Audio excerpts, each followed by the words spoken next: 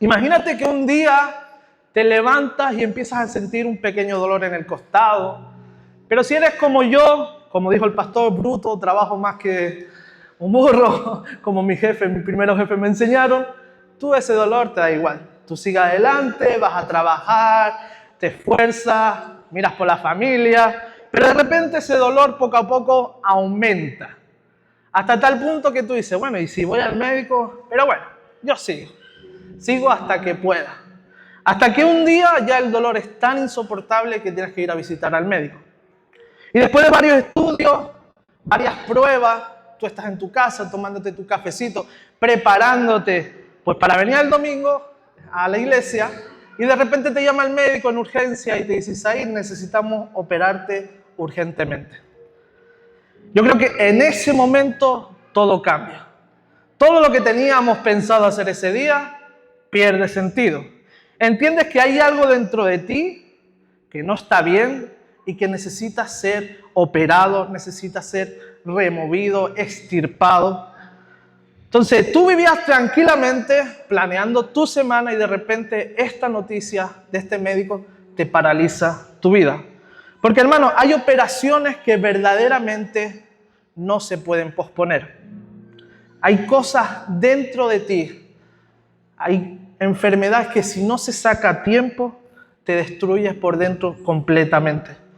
Y lo más peligroso no siempre es lo que se ve, porque si se ve, bueno, gloria a Dios, tú sabes cómo va evolucionando. Pero lo que está dentro de ti, lo que nadie ve, solo las pruebas lo determinan. Y así hay muchas personas hoy en día.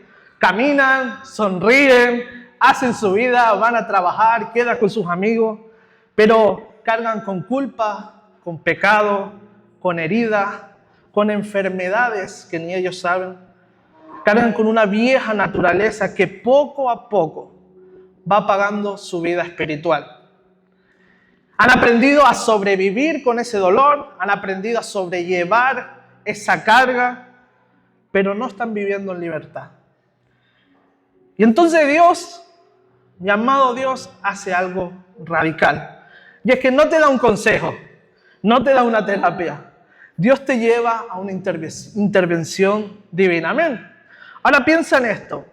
¿Cuántas personas, creyentes y no creyentes, viven su día a día así? Toleran su dolor, toleran su culpa, toleran su pecado, aprenden a convivir con su pecado. Para los creyentes, aprenden a vivir con su culpa, con hábitos que saben que le están matando cada vez más, poco a poco, le está apartando del Señor. Lo toleran, lo justifican y muchas veces lo escondemos. Pero Dios, amados hermanos, no vino a maquillarte. Dios vino a darte un tratamiento específico, no uno superficial. Dios vino a hacer una operación profunda en tu corazón. Amén. Una intervención divina donde no solo trata síntomas, sino que arranca de raíz el problema que teníamos. Una cirugía donde tu vieja naturaleza no es reparada, es sepultada. Me gustaría que me acompañaras a Colosenses 2, del 11 al 15. Yo lo voy a leer en la Nueva Traducción Viviente. Colosenses 2, del 11 al 15. Dice así: cuando ustedes llegaron a Cristo, fueron circuncidados, pero no mediante un procedimiento corporal.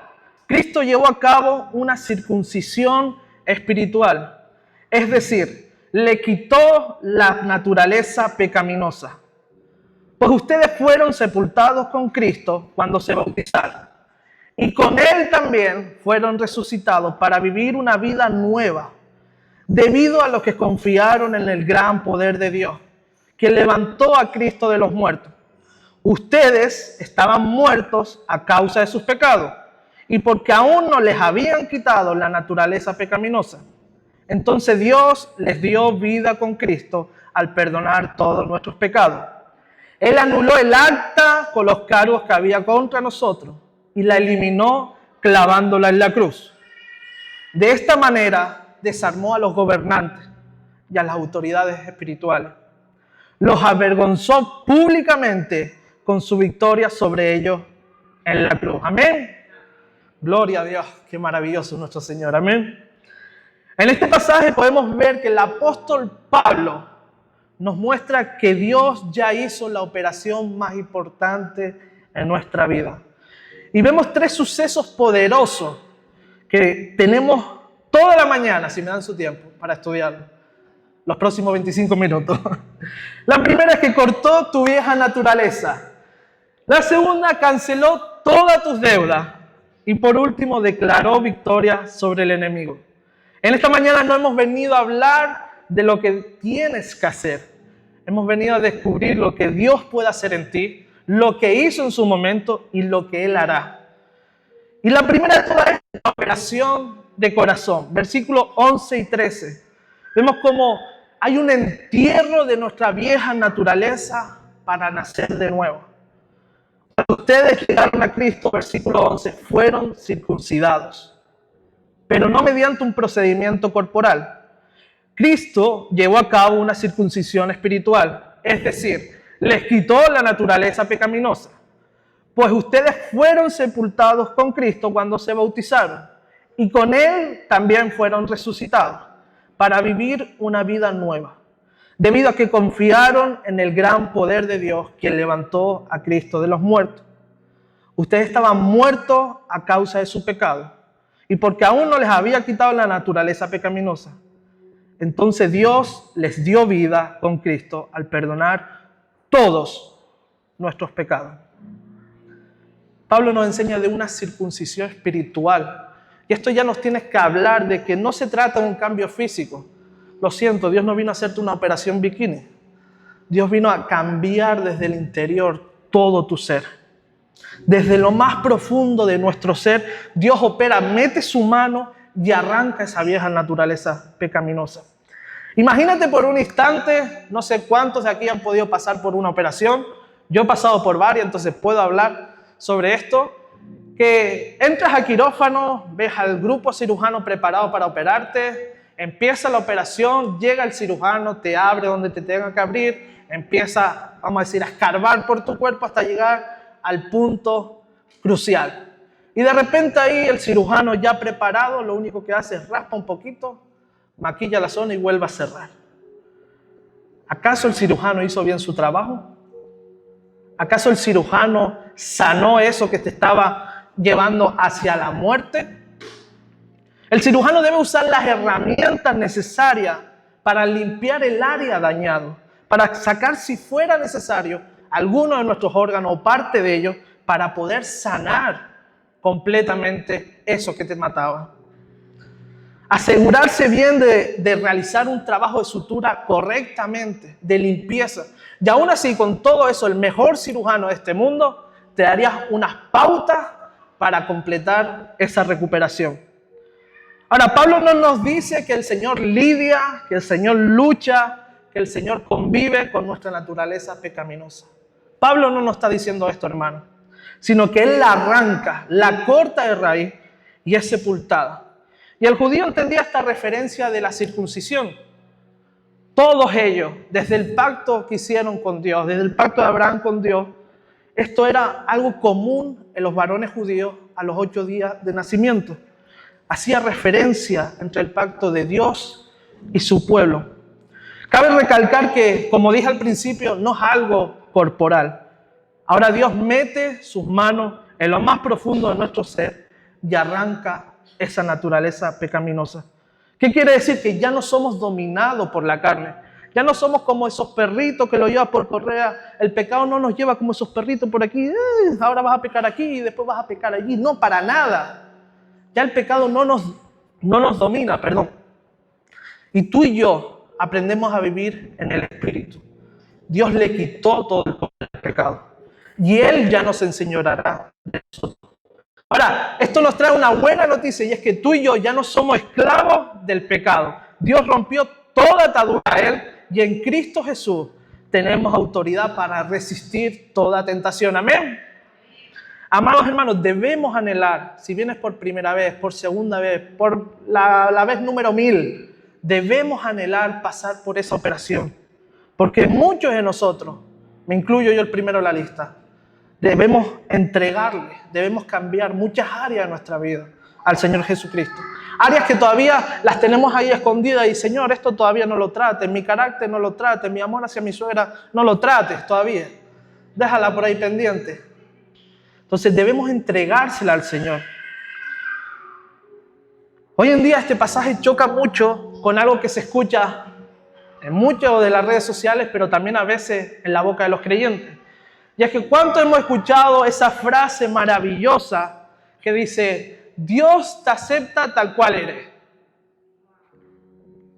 Dios te acepta tal cual eres. No pasa nada con tu vida, Dios te acepta tal cual eres. Y sí, en parte tienes razón. Cuando llegas a los pies de Cristo, Dios te acepta. Pero como dice esta palabra, cuando estamos en Cristo, Él transforma. Amén. Cuando hemos llegado a Cristo, Dios nos acepta. Pero cuando estamos en Cristo, Él nos transforma. Porque Pablo usa más bien una expresión continua. Pablo no te está diciendo cuando llegaste a Cristo, Dios quita de ti esa naturaleza pecaminosa. No habla de un evento pasado, un evento momentáneo, sino Él usa estando en Cristo, una realidad continua cada día de nuestras vidas. Pasamos por esa operación. No solo se trata de haber llegado a Cristo si en algún momento de tu vida lo aceptaste, sino de estar cada día teniendo una comunión con Él. Ahí vamos a poder gozar de esa operación. Dios te recibe tal cual eres, sí, pero realizará una operación de corazón. Enterrará esa vieja naturaleza pecaminosa y dará vida al carácter de Cristo en ti, en nuestro ser. Ahora, no solo morí al pecado, sino ahora Cristo vive en mí. Amén.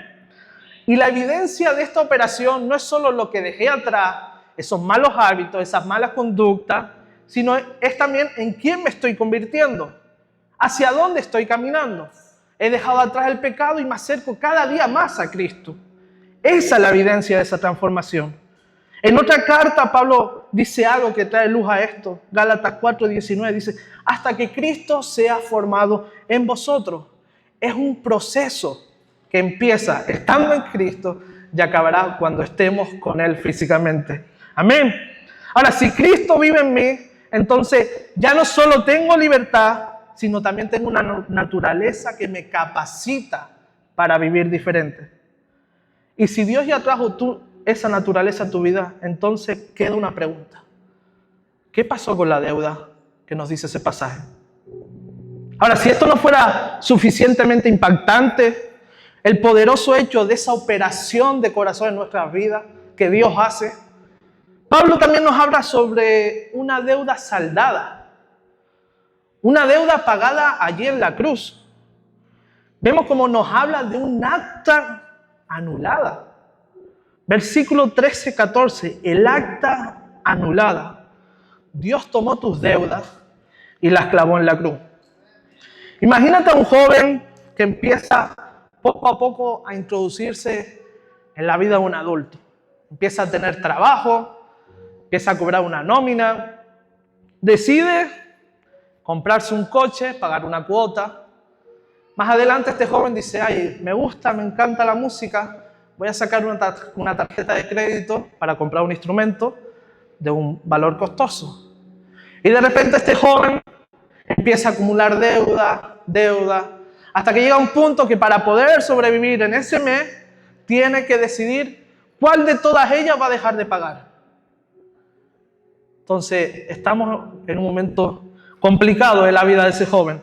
Empieza a dejar de pagar las cuotas, quita de aquí, pone para allá, hace miles de trabajos fuera de su trabajo cotidiano para poder tener más dinero, para poder pagar las deudas. Empieza a haber una ansiedad en la vida de ese joven, noches sin dormir, y se dedica a planear una estrategia para afrontar toda esa deuda acumulada. Ahora, hace número y consigue la manera de pagar todas las deudas. Y la única manera que tendría para pagar todas las deudas sería vivir el resto de su vida sin alimentarse. Solo alimentándose del aire. Qué triste, ¿no? Ahora, lo curioso de esta anécdota es que tú y yo estamos como el final de ese joven, pero desde el principio de nuestra existencia. Había una deuda impagable. impagable desde la existencia de nuestra vida. Esa deuda que nos dejó como herencia Adán y Eva. Ahora muchos dirían, pero Isaí, yo no estuve en el huerto del Edén. ¿Qué culpa tengo yo de eso? Si fuera por mí, cogía a Adán de las orejas. ¿Qué hacía? ¿Por qué no estabas con Eva para que cuando se le acercó la serpiente? Porque muchos no habían pensado en eso. ¿Dónde estaba Adán? Y hay una frase de Billy Graham que me encanta. Yo no estaba en el Edén y heredé la culpa, pero tampoco estaba en el Calvario y heredé la gracia. Imagínate en un juicio. Tú y yo seríamos culpables. No tendríamos defensa alguna. Delante de Dios como juez, el diablo como fiscal, el acta que habla de nuestros pecados, que habla también Pablo como evidencia fiscal en nuestra contra, solamente nos queda un destino, el infierno. El diablo clama con ese acta en la mano que te hace culpable y reclama tu alma delante del Señor todos los días. Porque desde que hemos fallado en un solo pecado, somos culpables del resto. Y tenemos ese castigo eterno en el infierno. Y no hay nada, absolutamente nada, que tú y yo podamos hacer. No hay ninguna obra que tú y yo podamos hacer para pagar esa deuda. Pero me preguntaría, Isaí, si es que yo soy bueno, hago buenas obras, culpable. Pero Isaí, vale. Dono a los necesitados, ayudo a los huérfanos, cuido de las viudas. Estoy donando a ONG que ayuda a miles de niños por todo el mundo. Culpable. Romanos 3:23 nos dice que todos, absolutamente todos, hemos pecado. Pero Isaí, yo no miento, no he dicho una mentira en mi vida. Mentira, eso ya es una mentira en sí. Alguna habrás dicho. Y si aún así no hubieras dicho ninguna mentira, sigue siendo culpable. Ahora espera, hemos llegado a Cristo, estamos en Él. Versículos 13 y 14. Ya con esa vieja naturaleza arrancada de nosotros y sepultada con Cristo, nos dice, ustedes estaban muertos a causa de sus pecados y porque aún no les había quitado la naturaleza pecaminosa. Entonces Dios les dio vida con Cristo al perdonar todos nuestros pecados. Él anuló el acta con los cargos que había contra nosotros y la eliminó clavándola en la cruz. De repente en la sala del juicio que hablaba anteriormente entra una persona, entra un protagonista. Y curiosamente este protagonista trae el mismo acta con el que el diablo nos está juzgando. El mismo acta por el cual el diablo nos condena y se lo presenta delante de Dios. Y este protagonista le pone el acta al juez, a Dios. Y la diferencia es que tiene una palabra escrita con sangre y pone anulado. Ya no hay más condenación para los que están en Cristo Jesús. El fiscal no puede objetar nada. Tú y yo hemos recibido por gracia la salvación. No hemos podido hacer nada, ha sido solamente por gracia.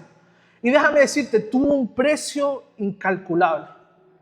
Y ese precio se llama Jesús. Pablo nos enseña que todos, absolutamente todos nuestros pecados fueron perdonados en la cruz. Cristo clavó el acta en el madero. Ahora, ¿qué produce esto en tu vida, iglesia? ¿Qué ha producido en tu vida la salvación? ¿Qué cambio ha hecho en tu ser, en tu mente? Somos libres de toda condenación, no por nuestras obras, sino por la obra redentora de Dios en Cristo Jesús en la cruz.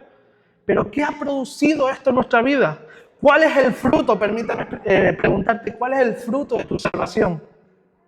¿Qué obras hablan de esta salvación que has disfrutado, que estás disfrutando? El testimonio o la anécdota que decía del joven, ese fui yo en un momento de la historia. Fui un joven que nunca tuvo ningún conocimiento sobre finanzas y me metí en el mundo de la vida adulta. Y claro, nunca tuve ninguna enseñanza de mis padres, pero tampoco busqué. O sea que sigue siendo culpa mía. Recuerdo que mis primeros jefes fueron los que más me enseñaron sobre finanzas, los que más consejos me dieron. Los que me recuerdo una conversación específica que me dijo, Isaí, te es mejor comprar un paquete de pipas que ir a comer a un restaurante. Si no puedes, no puedes. Y yo era un joven con las hormonas a tope y encima enamorado. Imagínate. El enemigo tenía pruebas, pero Cristo le arrancó el expediente. Amén. Ahora, al igual que yo, gracias a Dios, porque no fue por obra mía, sino gracias a Dios, pude salir de toda deuda. Yo recuerdo ese peso que se me quitó de encima. Ya no sufría ansiedad. Yo vivía sobre una nube. Dios me había ayudado. Dios le había dado sabiduría a mi esposa. Yo le había hecho caso, que es importante. Entonces, pude salir de ese bucle tan malo. Pues imagínate cómo nos sentiríamos espiritualmente cuando tú y yo reconocemos esto que acabamos de decir, que Dios ya pagó nuestras deudas. Jesús ya en la cruz clavó ese acta que nos juzgaba. El acta por el cual el diablo reclamaba nuestras almas. Y además de todo esto, podríamos acabar la predicación aquí y para mí está completa. Pero es que el Señor hace algo más. Iglesia, el Señor prepara un desfile de victoria. Desarmó a los enemigos, los exhibió como derrotados. El acta fue cancelada, gloria a Dios. El caso fue cerrado, se acabó el juicio. Pero en esa sala todavía quedaba alguien, el acusador. Y Dios no solo anuló el documento, sino que Dios se levantó y desarmó al que te acusaba. Amén. El desfile de victoria. Cristo desarmó a los demonios y los exhibió. Versículo 15. De esa manera desarmó a los gobernantes y a las autoridades espirituales. Los avergonzó públicamente con su victoria sobre ellos en la cruz. ¿Sabes? Este versículo no es una metáfora. Pero, Manuel, si puedes poner el tercer punto. Este versículo no es una metáfora, no es una parábola, no es una manera poética que quiso usar Pablo para pincelar en las Escrituras lo que Jesús había hecho en la cruz. Muy posiblemente, tanto a quienes les llegaron esta carta como Pablo habrían visto esto en el Imperio Romano. Porque el Imperio Romano tenía una costumbre, y es que cuando asediaba un lugar, un pueblo, una nación, y ganaban, tenían esta costumbre de coger a los reyes y gobernantes de esa nación, de desarmarlos, de atarlos y humillarlos públicamente. Tenían esa costumbre. Y Pablo usa esa misma costumbre para darnos una ilustración sobre lo que Jesús hizo con el enemigo. Y es lo que Jesús hizo espiritualmente en la victoria de la cruz. Amada iglesia, el diablo, perdóname si me estás escuchando, no eres un rival. Eres un enemigo derrotado por el Señor Jesucristo. Amén. Y recuérdale su papel de vez en cuando. ¿Sabe? Y esto cambia el panorama porque muchas veces hemos dicho, estoy luchando por la victoria en tal área. Estoy batallando por ganarle al diablo tal alma. Pero tú y yo, iglesia, no estamos batallando, no estamos luchando por una victoria. Estamos luchando desde la victoria de nuestro Señor Jesucristo. Amén. Wow, creo que solo unos pocos se lo creyeron. Estamos luchando desde la victoria de nuestro Señor Jesucristo. Gloria a Dios. El enemigo intentará intimidar porque ese es su trabajo, pero ya está derrotado. Amén. Su poder es limitado, su autoridad fue quebrada. El enemigo hace mucho ruido, pero ya perdió la guerra. Ahora, tenemos el gran deber, porque Jesús ya hizo el 99% y solo nos dejó un 1%. Nos dejó una tarea, y es la que hemos ido hablando todas estas semanas atrás, estos meses. Tenemos la tarea de ir y reconstruir los muros de esta isla, de esta nación. Pero recuerda, no estamos batallando por una victoria, estamos reconstruyendo desde la victoria. El Señor humilló todo principado, toda potestad, los desarmó y Él encima como cabeza de la iglesia lo puso bajo nuestros pies. ¿Vamos a tener batalla espiritual? Sí, la vamos a tener. Pero recuerda, Cristo ya venció. Y no solo venció, los exhibió públicamente. Y no solo los derrotó, los humilló. El diablo no tiene poder alguno Cuando la iglesia se levanta en pie con las armas que el Señor le ha dejado, el diablo y el infierno entero tiembla. Y eso es lo que el Señor está buscando hoy en día. Una iglesia capacitada en el poder del Espíritu, valiente. No para reunirnos aquí semanalmente como solemos hacer, que está bien, gloria a Dios, pero para ir fuera y reconstruir los muros de nuestros barrios, de nuestras islas, de nuestra nación. Ese es el deber que el Señor nos ha dado. Y ese deber no recae sobre los pastores. Ese deber no recae sobre los evangelistas, sobre los profetas, sobre los maestros, sobre los apóstoles. Hasta así. Recae sobre tus hombros. Recae sobre tus hombros. Así. Es más fácil, ¿no? Recae sobre tus hombros. Esa tarea recae sobre ti. El Señor te ha dejado esto. Amado, hemos visto cómo Dios operó en nosotros, quitando toda nuestra naturaleza pecaminosa. También como el mismo Jesús descendió a las profundidades del infierno y le arrancó ese acta que había en nuestra contra y la clavó ahí en la cruz. Y por último, ese gran desfile que el mismo Señor hizo, desarmando al infierno y exhibiéndolo públicamente. Ahora, el diablo no tiene derecho legal para detener la obra de la iglesia.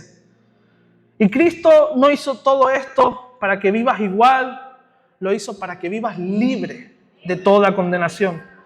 Ahora, si la deuda fue cancelada, si la naturaleza pecaminosa fue sepultada, y si el enemigo fue derrotado, ¿por qué muchas veces seguimos viviendo como esclavos? ¿Por qué muchas veces caemos y caemos y caemos en ese pecado, en ese mal carácter, en esa manera de hablar, en la crítica a nuestra vida? Dios ya te ha hecho libre. En el nombre de Jesús, Dios te ha hecho libre. Y te ha hecho libre, eres libre para pelear mejor. Eres libre para reconstruir los muros, para propagar el evangelio, para liberar al cautivo, para sanar al enfermo, para anunciar las buenas obras del Señor, para establecer el reino de Dios aquí en la tierra. Eres libre. Reflexiona un poco sobre lo que acabas de escuchar. Cristo venció y te liberó de la esclavitud del pecado. Te hago la misma pregunta que antes. ¿Qué produce en ti el fruto de salvación?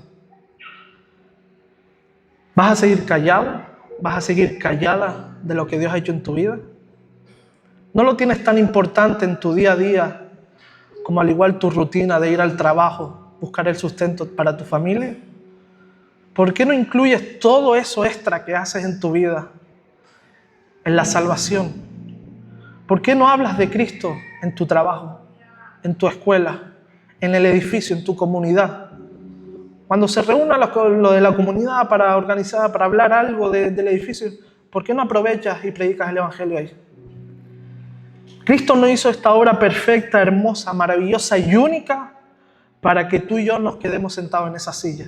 Está muy bonito, hay que comprar más sillas, glorias a Dios, porque va a venir más gente, pero Dios no hizo esta obra para llenar sillas, sino para que esas sillas, las personas que estén sentadas en él, salgan y reconstruyan los muros de nuestras islas. Amén. Y la verdad no le pasé los apuntes al pastor, lo siento, pastor, de la predicación, y me da rabia porque cuando no se lo paso es como que el Señor se los chiva. Y como él decía, muchos teólogos, gente que se dedica a estudiar día y noche las escrituras, llegan al mismo acuerdo. Como decía el pastor, estamos en un punto de la historia de la humanidad donde más que nunca, hermano, más que nunca, debemos tener la mano en el arado, trabajando en el evangelio y mirando al cielo porque Cristo viene. Y nuestro deber hasta entonces es seguir así, levantar los muros de nuestra isla, de nuestra nación.